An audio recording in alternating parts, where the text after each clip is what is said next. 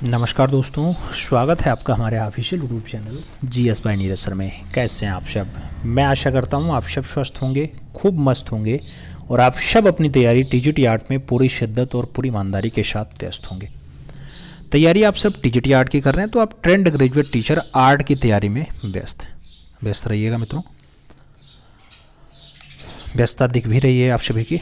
Class आज जो होगी इसमें आपका जो 14 और 15 मई को फाइनली पेपर है, इससे जुड़े हुए क्वेश्चंस आपको परीक्षा हाल में देखने को मिल जाएंगे। तो आज की क्लास बहुत इंपॉर्टेंट होने वाली है। क्लास थोड़ी सी छोटी होगी लेकिन क्लास के क्वेश्चंस जो है बहुत इंपॉर्टेंट रहने वाले हैं, तो उनको आपको हर हाल में सहेजते हुए चलना है। पहला क्वेश्चन आपके स्क्रीन पे है, कला किस भाषा का शब्द है? नाम संस्कृत भाषा का है, हिंदी भाषा का है, फारसी भाषा का है और पाली भाषा का नाम दिया गया। कला किस भाषा का शब्द है पूछा गया मित्रों, तो कला संस्कृत भाषा का शब्द होता है। आप जानते हैं कल धातु से कला की उत्पत्ति हुई है और कल धातु आपके संस्कृत से संबंध रखता है और संस्कृत से संबंधित होने के कारण कला शब्द भी आपका संस्कृत से बन जाता है। आप जानते हैं ये कला शब्द सबसे पहले कहाँ उद्धृत है, तो आपके ऋग्वेद जो सबसे पुराना वेद होता है मित्रों, उसमें इसका उल्लेख मिलता है। तो आप विकल्प फर्स्ट के साथ बना सकते हैं। अगला क्वेश्चन 2 नंबर आएगा, कला शब्द का प्रयोग सर्वप्रथम किया गया नाट्यशास्त्र में, ऋग्वेद में, कामसूत्र में या फिर महाभारत में? कला शब्द का प्रयोग सबसे पहले किया गया मित्रों, तो सबसे पहले ऋग्वेद में हुआ है। विकल्प आपको सी के साथ देना है। 3 नंबर प्रश्न पे चला जाए तो आपसे पूछा गया भारतीय कला का प्रधान है, नारी प्रधान है, धर्म प्रधान है, पुरुष प्रधान है या फिर रेखा प्रधान है?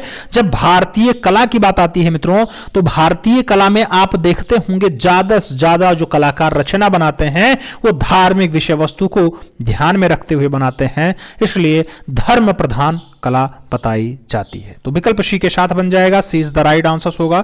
अगला क्वेश्चन 4 नंबर आएगा, पूछा गया मित्रों कला शब्द का वास्तविक प्रयोग किस धर्म में पहली बार किया गया? नाट्यशास्त्र में हुआ, कामसूत्र में हुआ, ऋग्वेद में हुआ या फिर महाभारत में हुआ? कला शब्द का वास्तविक प्रयोग किस ग्रंथ में पहली बार किया गया? तो उस ग्रंथ को नाट्यशास्त्र कहा जाता है मित्रों। राइट आंसर नाट्यशास्त्र बनता है, फर्स्ट विकल्प राइट आंसर लगेगा। अगला क्वेश्चन 5 नंबर आपकी स्क्रीन पे ये रहा, प्रसिद्ध ग्रंथ नाट्यशास्त्र के रचनाकार हैं। नाम कालिदास का है, भरत मुनि का है, वात्स्यायन का है और पाणिनि का नाम दिया गया।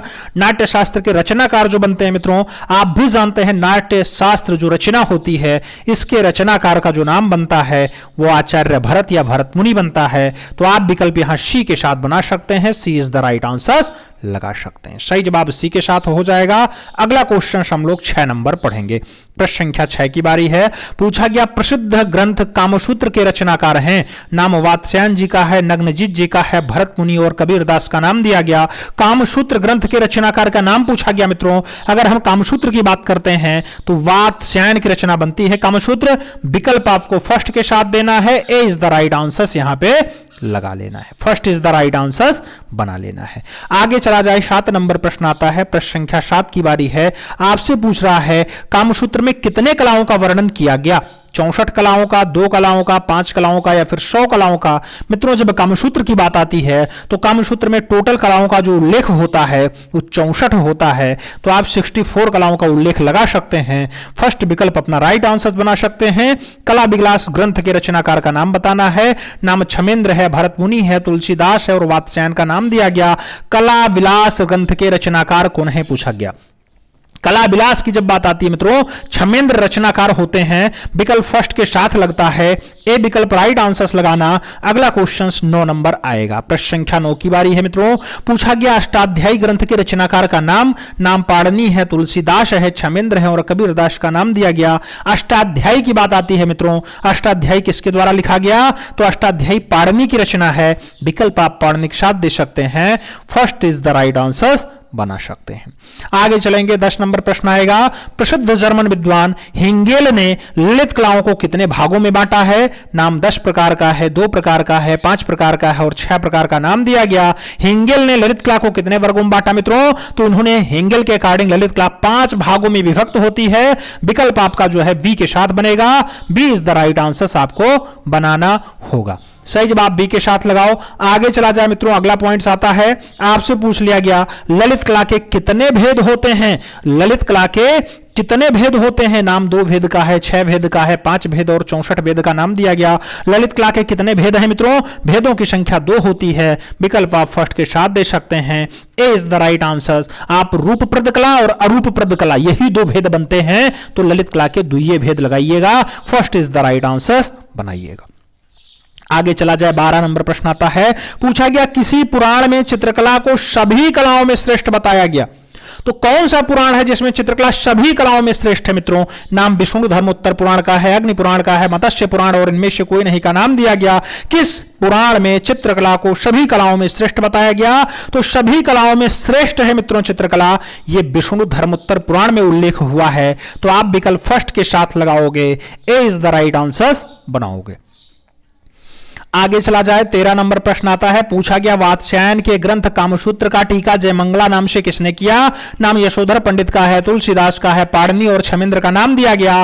वात्स्यायन के ग्रंथ कामसूत्र में टीका जो है जयमंगला नाम से आता है, क्या वो किसके द्वारा दिया जाता है? तो आप भी जानते हैं जयमंगला का टीका मेंटेन करते हैं पंडित यशोधर जी। विकल्प आपको फर्स्ट के साथ देना है, ए इज द राइट आंसर बना लेना है।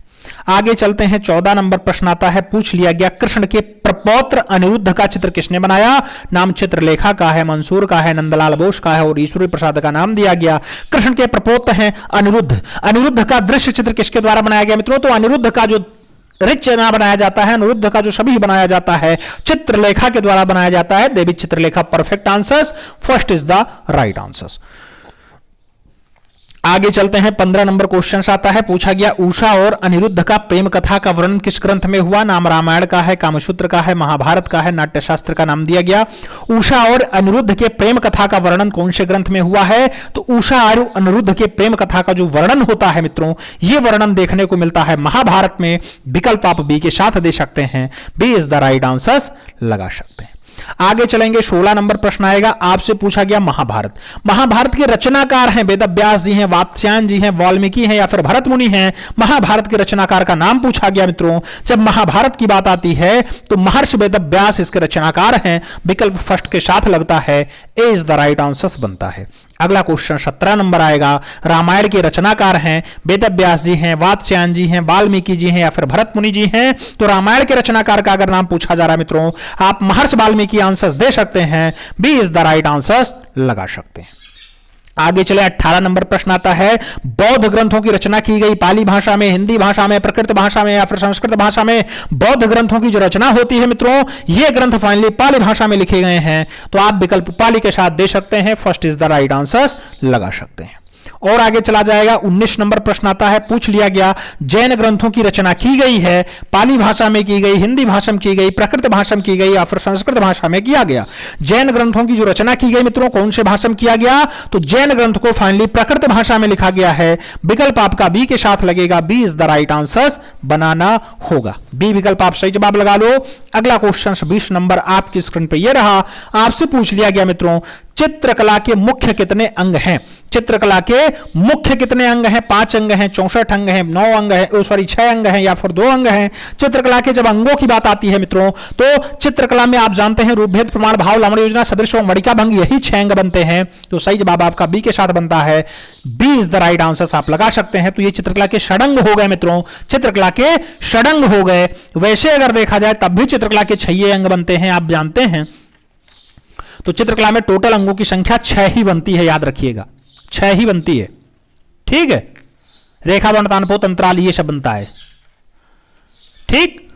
आगे चला जाए मित्रों, आगे चलते हैं। तो भरत मुनि के अनुसार रसों की संख्या कितनी है? 9 है, 8 है, 6 है, 5 है। भरत मुनि के अकॉर्डिंग रसों की जो संख्या बताई जाती है, भरत मुनि के अकॉर्डिंग 8 ही रस बताए जाते हैं। विकल्प आपका सी के साथ बनेगा, सी इज द राइट आंसर लगाना होगा मित्रों। अब कुछ खास कलाकार हैं, कुछ विद्वान हैं जिनके अकॉर्डिंग कला की परिभाषा है। जैसे एक जर्मन कवि गेटे रहे हैं, गेटे ने कहा कला है सिर्फ इसलिए कि वह प्रकृति नहीं है। ऐसा कथन जो है गेटे का है। आप अरस्तु के अकॉर्डिंग देखोगे कला प्रकृति का अनुकरण है। आप फ्रायड के अकॉर्डिंग देखोगे कला दमित वासनाओं का उभरा हुआ रूप है। आप क्रोंचे के अकॉर्डिंग देखोगे हर एक महान कला ईश्वरीय कृति के प्रति मानव आह्लाद की अभिव्यक्ति है। जबकि टॉलस्टॉय के अकॉर्डिंग आप देखोगे तो कला भावों को क्रिया, रेखा, रंग, ध्वनि या शब्द द्वारा इस प्रकार अभिव्यक्त करना है जिससे देखने या सुनने वाले के मन में वही भाव जगे। ऐसा कथन टॉलस्टॉय का है। हेगेल के अकॉर्डिंग अगर आप देखते हैं तो हेगेल ने कहा था कला आदि भौतिक सत्ता को व्यक्त करने का माध्यम है मित्रों।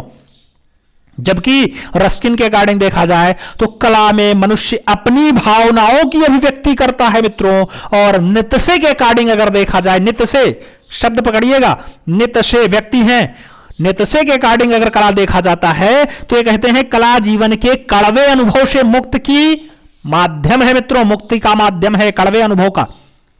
जयशंकर प्रसाद के अकॉर्डिंग कला क्या है मित्रों, तो ईश्वर की कर्तव्य शक्ति का संकुचित रूप जो हमको बोध के लिए मिलता है वही कला है मित्रों। और जब बाबा रविन्द्रनाथ टैगोर के अकॉर्डिंग देखा जाएगा तो टैगोर के अकॉर्डिंग कला में मनुष्य अपनी अभिव्यक्ति करता है, कला में मनुष्य अपनी अभिव्यक्ति करता है, ये रविन्द्रनाथ टैगोर हैं। जबकि कला में मनुष्य अपनी भावनाओं की अभिव्यक्ति करता है, यह कथन रस्किन का है। दोनों में डिफरेंसेस समझिएगा।